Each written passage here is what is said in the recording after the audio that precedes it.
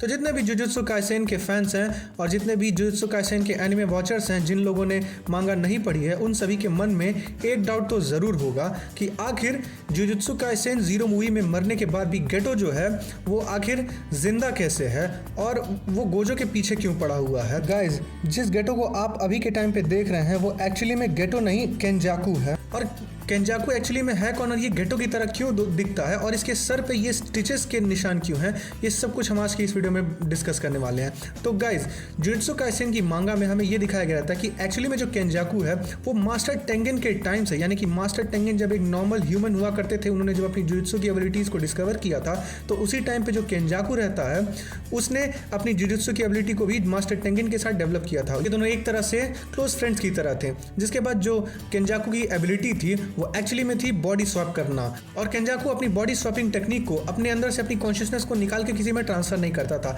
Simply उसे अपनी curse technique use करने के लिए उसे सर्जिकली अपने दिमाग को जो है अपनी बॉडी से निकालकर किसी दूसरी बॉडी में ट्रांसप्लांट करना होता था। जिसके बाद जो है जो केंजाकू है अपनी कर्स टेक्निक एक्टिवेट करते ही अपनी नई होस्ट बॉडी को अपने पूरी तरह से कंट्रोल में लेता है। और इतना ही नहीं, नई बॉडी में भी जो पुरानी मेमोरीज होती हैं एक्चुअल उस इंसान की जिसकी बॉडी पर केंजाकू ने कब्जा किया है, केंजाकू उसकी पुरानी मेमोरीज को भी रिटेन कर सकता है। यही रीजन है कि जो केंजाकू है वो गोजो के सारे मूव से उसके दाव पेच के बारे में जानता था, जिस वजह से उसे मालूम था कि गोजो कब वीक पड़ेगा और गोजो को कैसे वीक किया जा सकता है। यही रीजन है कि केंजाकू ने पूरा प्लान बनाया, उसने पूरा सेटअप किया और अंत में जाकर के उसने गोजो को फाइनली कैद कर लिया। और ऐसा वो इस वजह से कर पाया क्योंकि जब उसने गेटो की बॉडी में अपने ब्रेन को ट्रांसप्लांट किया, उसके बाद जो है उसकी बॉडी में अपनी कर्स टेक्निक एक्टिवेट करते ही उसके पास गेटो और गोजो की सारी मेमोरीज आ गई थी। क्योंकि गोजो और गेटो बेस्ट फ्रेंड्स थे, गोजो ने गेटो को अपनी सारी ताकत और अपनी सारी कमजोरी के बारे में बता कर रखा था, जिस वजह से जैसे ही